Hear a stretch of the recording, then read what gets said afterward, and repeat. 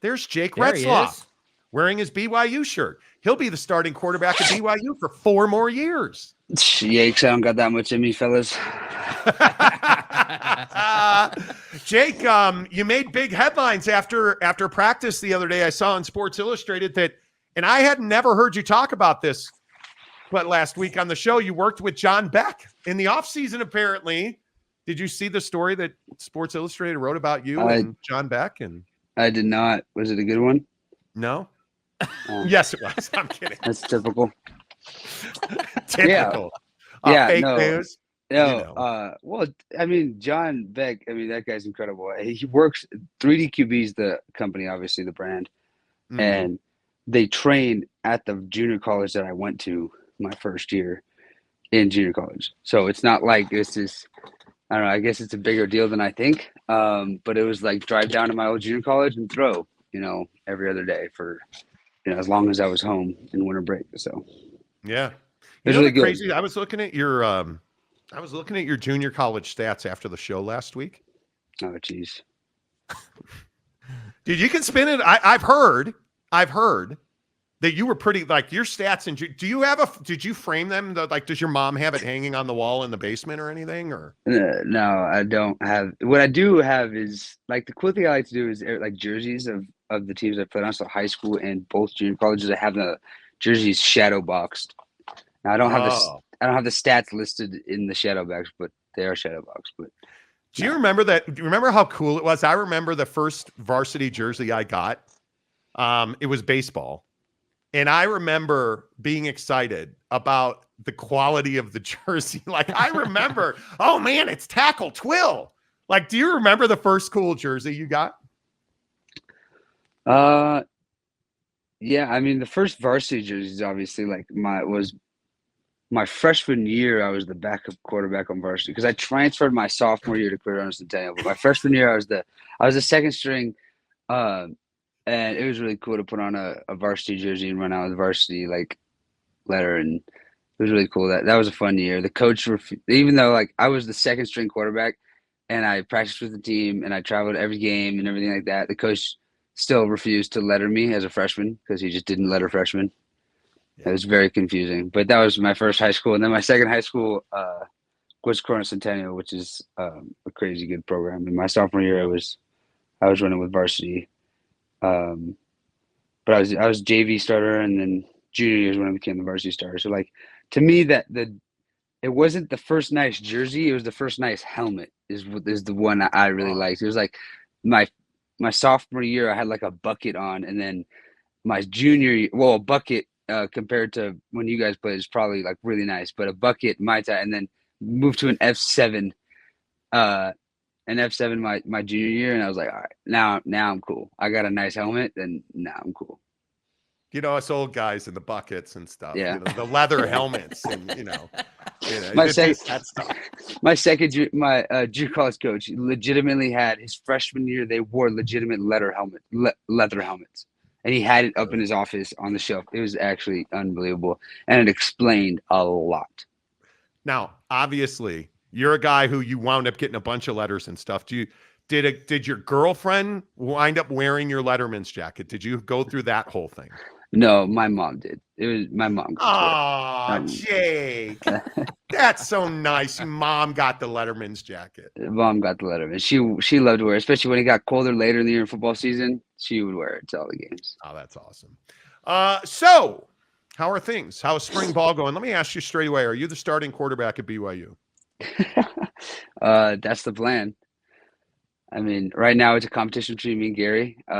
And there's honestly nobody else I'd rather be in a competition with. Gary's just an awesome dude, and I love having him in the room and stuff like that. Having another veteran in there, it's pretty sweet. I love everything he's about, and he's just a great dude. And the room's still got a great chemistry regardless of competition. And so it's a lot of fun. Now I'm super excited spring ball's back. Like, I expressed this. Like, I've been waiting 2 months sitting around for the spring ball to start, and now that it's started, it's going really well, and I'm definitely feel like a different player than I was last year. Yeah, and I think that's a huge storyline, because I think you, statistically speaking, if you didn't watch last year, your stats were frankly unimpressive. I think you would agree with Yeah. that. But I think there's a big story in that. And I think the perseverance that you showed through last year, and everybody that I've spoken to at BYU says you are not even a shadow of who you were last year, that you are a completely, wholly, 100% different player. How is that manifesting itself on the field during spring ball? Like, what are you feeling? What are you seeing? And what is the result of this different Jake Retzlaff? If you ask Parker Kingston, it's probably the bruise on his left pec from a dart I threw to him yesterday on a little post route. But nah, just overall, like all the throws are being made. I mean, every throw is being made. The windows are getting smaller, but the ball's still there. The accuracy is different. I honestly think, like, I go back. I look at my career. The biggest jumps I made in my career was my sophomore year to my junior year of high school. Was a crazy jump. Like athletically, I matured more. I got stronger. You know, like I finished. You know, maturing, and puberty finally got through. And then now, honestly, like the next thing I would compare it to, the way I feel right now is like legitimately my sophomore year to my junior year in college too, because I would consider last year my sophomore year because it was my redshirt year, and now I'm a junior and redshirt junior. But so like that's like the big it feels different. And the little getaway with John Beck, we were home for about a month, and it was incredible to get with John and to get like everything just mechanically sound, because like the other two times that I worked with John, it was like only a week or maybe a week and a half, a weekend. Like it wasn't like an extended period of time where I got to consistently bank these reps with a guy like that looking at me, watching me do my thing. And so to be able to like do that consistently for those like couple of weeks or about a month, like that tightened everything up. And when you know why you do certain things, it makes a huge difference on how you do it. So like a lot of people, they try to bank a lot of reps, and to me that's not necessarily the greatest thing. It's the intention on the reps. That's what really makes a player great, and that's where development happens, is when you know why you're doing certain things. And so like when I started to really understand my mechanics, I started to really understand why did that ball sail? Why did that ball flutter a little bit? Why was that not a tight spiral? Like that's when you kind of take the next step to the next level. And that's when your accuracy is, it's like you envision putting a ball in a spot, it's there. I mean, I had a couple of throws like that, and it's like it's really fun. It's like now you're playing a game that nobody else is playing, especially at the quarterback position. That's the position where you can really feel like you're playing at a higher level, because one, you get to see the whole thing versus another positions where you can't, and then two, you affect it so much. And so yeah, I mean, it's exciting. I'm so happy I got to do that. I've been talking to A-Rod. I'm like, let's get John out here as much as we can, because he came out a couple weeks ago, like right before spring ball. He came out again, and so we threw a little bit and tweaked and worked on some more things. And so, I mean, I'm at the point where it's like, yeah, get that guy out here whenever I can. I'm a little bit addicted to him. And he's busy. This is the busiest time of year for him. He's got the pro day guys and stuff like that, and all those guys that are about to get drafted, he's working with right now. And so, but once he's done with that, once that draft happens, I'm like, get that guy out here ASAP. It's interesting as we visit with Jake Retzlaff, thanks to our friends at Big O Tire and American Fork.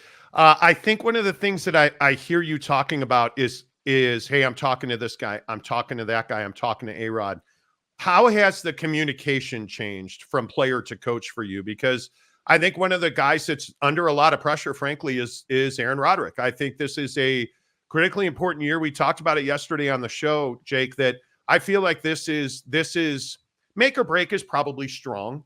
You guys need to take a big step forward in this offense this year. I think it's critically important, whether you're LJ Martin, whether you are Chase, whether you are Jake Retzlaff and Aaron Roderick. I think it's huge. So how has the communication changed? How have those conversations evolved as you've learned the offense and taken command of this team? Yeah, shout out Ryan Eldridge over there at Big O Tires. Yeah, no. I mean, we understand, like when you have a year like you did last year, 5-7 year, and not an offensively sound year, that obviously like things are going to be a little more tight and things are going to be a little more like, all right, come on, like this is the year where it's make or break in a way. And so, I mean, the communication's always been good. It's only gotten better. if that makes sense. Like, as you first come in, you're trying to learn things, figure things out. And then now you're trying to get to the next level of the communication, the next level of questions. And then you try to find yourself, when you first get here, you're asking level 100 questions. And then now I'm asking level 300 questions, you know what I mean? And so it's good. I mean, I find myself in the O staff room, often. And so I get to be able to ask those questions and every little tweak, especially, with the new O-line coach and Coach Woods, like there's different communication factors that he brings in, and the O-line. It's cool is they actually want to know more information this year, which is pretty cool. They want to know how motion affects the run game. They want to know like just a bunch of different things like that, split flow action, but all these different things that they want to know it all instead of just knowing the run play or just knowing the protection, which is cool. And so that helps me understand what they're doing, and then obviously helps them do their job at a higher level. So it's just always getting better. That's the only way I would describe it. From the first day, you're just trying to learn the offense, and then you move on to your first camp and you're just trying to apply the offense. You move on to the next camp and you're trying to grow in the offense. And so it's been really good, and we know that we got to be better, but I also know that we're miles ahead of where we were last year at this point. I mean, we are miles ahead of where we were last year at this point, and a lot of that's due to the amount of guys coming back. A lot of that's due to a guy like Coach Woods. A lot of that's due to just the people we have in the building. Just the different attention to detail is really good. Now, like I said, I just think we're miles ahead of last year, which is going to make the biggest difference when it comes to like fall camp and stuff like that. So, I also think it's very interesting you talk about the O-line in the run game, because one of my biggest complaints with this club last year is I just wanted more LJ. I wanted more, I want more cohesiveness. And you're never going to have the same five guys week in and week out. That's just not the nature of college football today. You're going to probably have to have, 7, 8, 9, 10 guys that you can really count on up there. But that relationship, in your opinion, how much stronger is the relationship from, the back to the quarterback to the offensive line, and how cohesive will you expect that run game to be as we head for fall camp? Well, I mean, when you talk about run game, you don't talk about just the O-line in the back. That's an 11-man thing. Like, that is not in any means a 5-man O-line responsibility. That is an 11-man responsibility. And that you saw us really take ownership of that in the last couple of games of the year, where we started running the ball really effectively. And when Aiden Rodman started kind of going off and just making huge runs, gashes against really good teams. And so we started becoming an 11-man run offense. And so that's just a huge thing. It's the O-line. Yeah, sure. O-line has to block. Tight ends have to block. Receivers have to get downfield, cut off their DB, so they're not making plays at 6 yards. Instead, they have to make the play at 15 yards. Quarterback has to make the right read. The way, it's incredible what a quarterback can do for the run game. If the quarterback can pull the ball when he needs to pull the ball and, make things happen with his legs, that changes the whole defense. Like, now, not only does the backside have to play more honest and trust that I have to let the quarterback hand the ball off and I can't crash too hard, but also like the secondary, the linebackers behind that and the safeties behind that have to be like, oh crap, that quarterback might pull it, be out the gate. I got to be a little more backside. Next thing you know, our back is front side and it's got 2 more steps on the guy. It's a big difference. I mean, like 11, like I can't preach them. A-Rod preaches that a lot to us. It's an 11-man thing. And we take ownership of that. And shoot, yesterday, I think Gary pulled one and took it to the house, like a 60-yarder. It was a great run. And just because the backside didn't crash and we had a pulling tight end for him to get out front of him, and he just took it. And so like those type of things, it's just like, it just looks so good. And then that in 5 plays later, or even like in a game setting, the next quarter, that running back is going to be able to get 3, 4, 5 more yards per run because of that quarterback run game. So I think that what we're dialing in that run game, Coach Woods is, our run game coordinator, and he's drawing up some good stuff. And, that guy, he got it. Our tight end coach, he got it. Our A-Rod's got it. We got it. It's just about putting on the field. Jake, after all this film you've watched and going through the offseason and all the development you've gone through, Do you feel like there's maybe one opportunity in the offense where you guys can really take strides forward, or is it more just like, hey, as a offense, we just have to be better in pretty much every facet? Because like I agree, I agree with the sentiment that hey, I would love to see you guys run it more, but I know you've talked all about how you're a different player now, so I also think about like, hey, maybe is this season just a season where you just ball out at BYU and that's what carries you guys forward? Or is there, in your mind, one area of the offense that you think really, if you guys did that better, you would take a big step forward? Honestly, like it's getting back to our roots. Like when you think about BYU and you just erase the last 2 years out of your mind, you think about the years before that, we were just a great run, play action, pass team. And like we're just getting back to that, getting back to being who we are now. Do we have the drop back abilities? No doubt. But still, like getting back to the outside zone, be able to run that really effectively, and be able to run the play action pass off of it. Like I was talking to the coaches yesterday, and I was or just this past week, and I was just explaining to them like my whole life I've played in gun, and I've been in the pistol, but I've been in gun. I've never like understand it was like an alien to me before I came here. And I was explaining to them like I love play action pass from under center. When you get a hard sell on that fake and then check it on over top of the defense, it's so sweet. So like I was just explaining that to them. I was like, I love play action pass. Let's go under center run. Let's go under center play action pass after that. You know what I mean? Like we could do that. I think we can really do that. We can do that from heavy formations. We left from heavy formations with Kibo at tight end. Next thing you know, Kibo's running a deep over route and he's wide open for a touchdown. You know what I mean? So I would love to see you guys run. Listen, let's not pull any punches. We don't on this show. Dude, if you're not amazing, if you are, because I think I see a lot of things like Brock Purdy. I see Brock Purdy with those third down, second down runs that break a defense's back. My man, that's you. Like, I think you have the ability, but you guys have to be able to, in my opinion, and what do I know? But my opinion is you have to be able to run out of motion and obvious passing formations and obvious passing situations. You have to be able to effectively run the football. Am I wrong about that?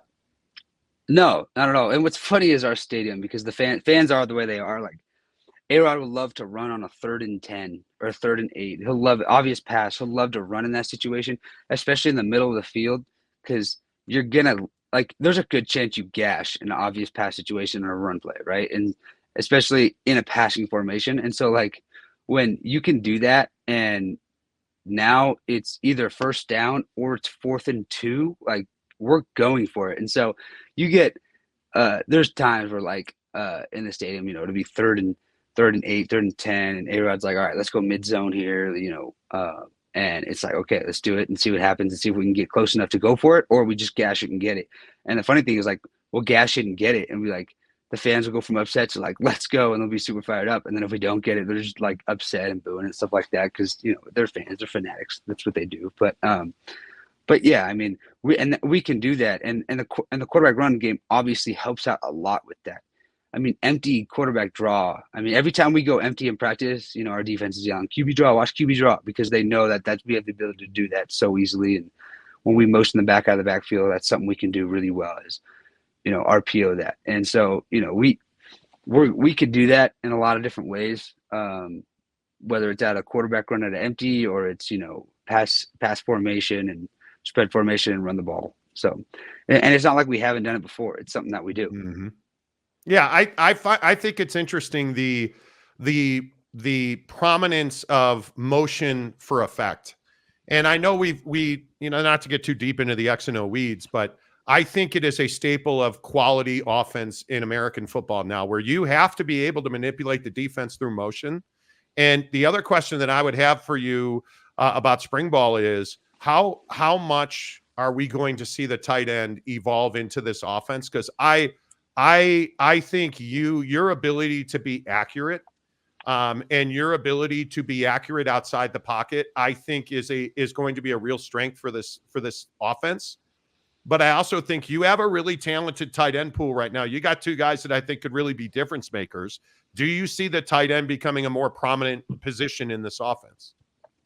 I'm interested to hear what two tight ends you think of, because when I think of our tight end room, it is a mix of guys who can all do a lot of great things. Like, honestly, like, obviously you get a guy like Kibo, who's obviously the biggest pass threat in the tight end room. But like, we got some guys that do some different things really freaking well. And it's so great to see that this early in spring ball, just to see that, like, we got so many guys who can do so many different things well and different package. I mean, we're going to have a bunch of different personnel just with our tight ends, because our tight ends do so many different things well. And so, yeah, I love our tight ends in every part of our game. I mean, our first day of install in spring ball was we run like a little just white cross, and that's just tight end running across the field in an over route, and we had to complete it too many times. It was ridiculous. We just ran that play over and over again, and coach made a joke. It's like, dude, we should just call this play for you every time. Like, why do we call any other play for you? Like, you just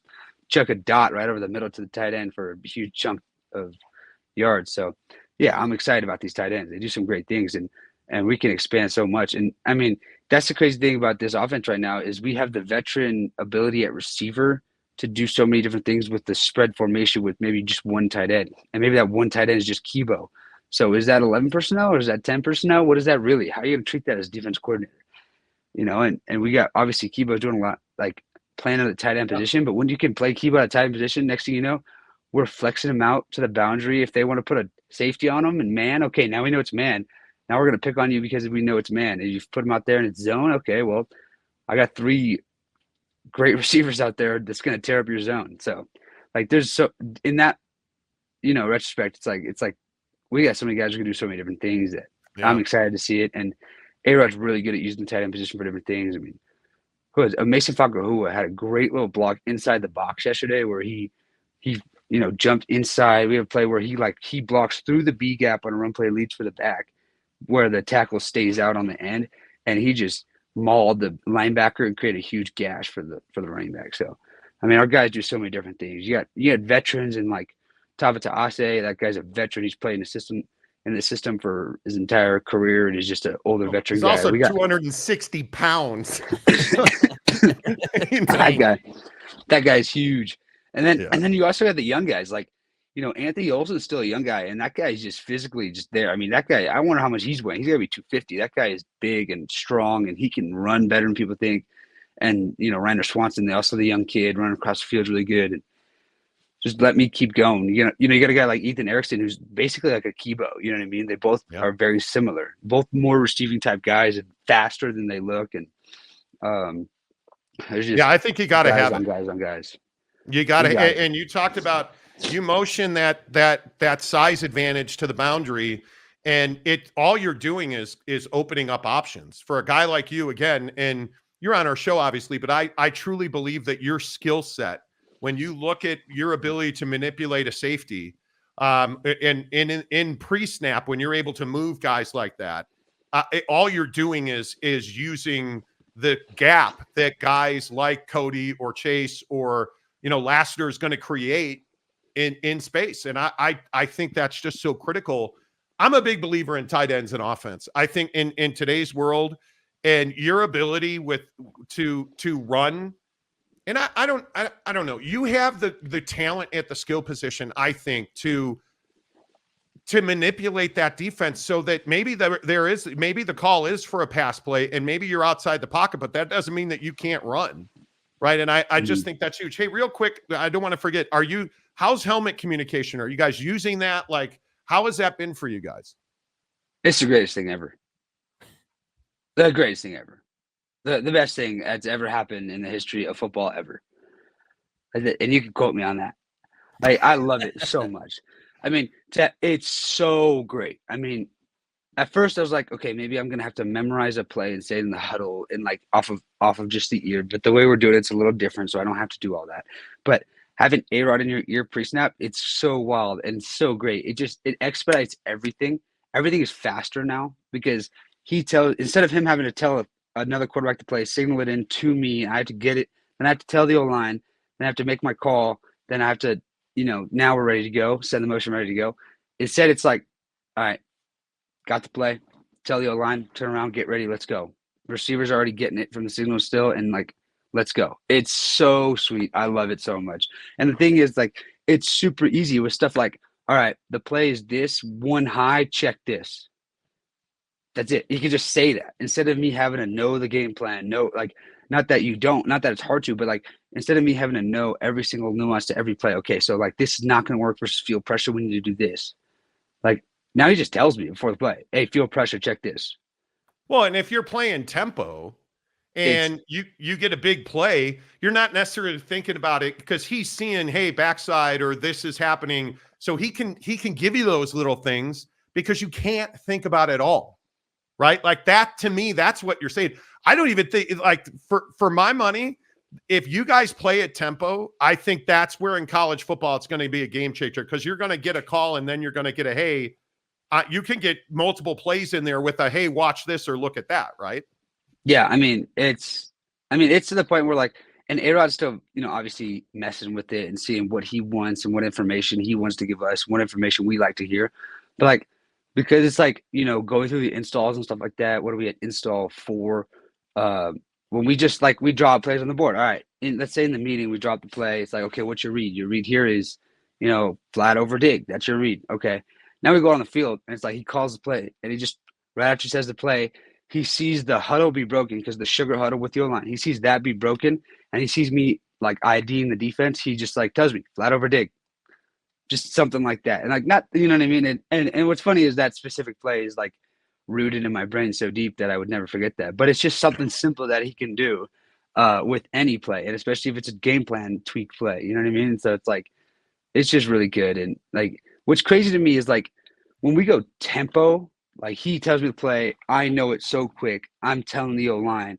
I mean, like, I'm getting up from getting tackled and he could be telling me to play. Yeah. You know what I mean? I don't have to run back, look at the sideline, get it, give it to, and he's telling, I know that, I mean, we're going so much faster in practice. We're getting more reps in than we ever got it in practice because I know the play before the O-line are back to me. Yeah. I mean, they get back to me and I'm telling them to play and they're like, already? We're going again? What is this, tempo?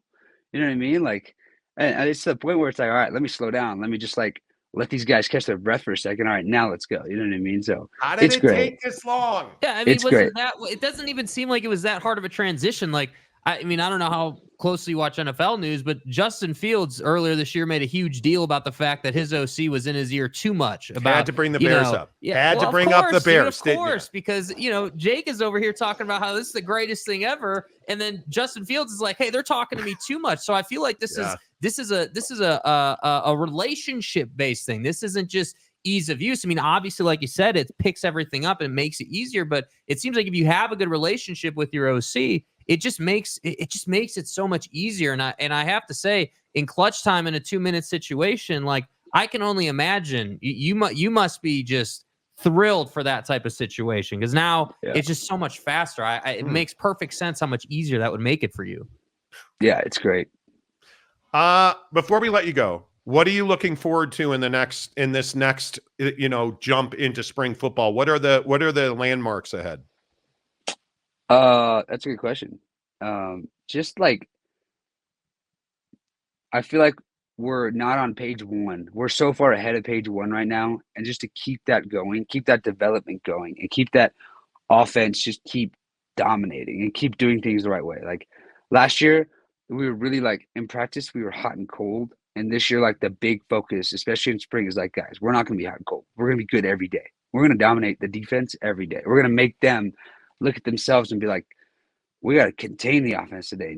They're not going to come and attack and beat us. They got to try to contain us. You know what I mean? And so, like that's the big thing, and that's the big message A-Rod sent to the offense, and that's what the offense is going to do. We're going to go out there, and we're not going to be like, all right, we won today. Let's just go out there and we'll probably do the same thing, but maybe not. Maybe the defense comes with a different energy and they beat us. No. We're going to go out there. We're like, all right, we're going to win every day, and that's just how we got to be. And when it comes to like milestones, it's just like, it's banked reps, number one. Like, I mean, that's the biggest thing is banked reps. And then on top of that, you get just the development of young guys, the development of the offense, the way we just progress and the direction that we go. It's going to be a lot of fun to see. It's going to be a lot of fun to see guys pop off. It's going to be a lot of fun to see like freshman dudes. Like I know Coach Wood is high on our freshman Joe Brown, offensive lineman. That guy's a tank. That guy is so strong. It's unbelievable. Like he just stands people up, and I think he lifted a D lineman off the ground at practice the other day.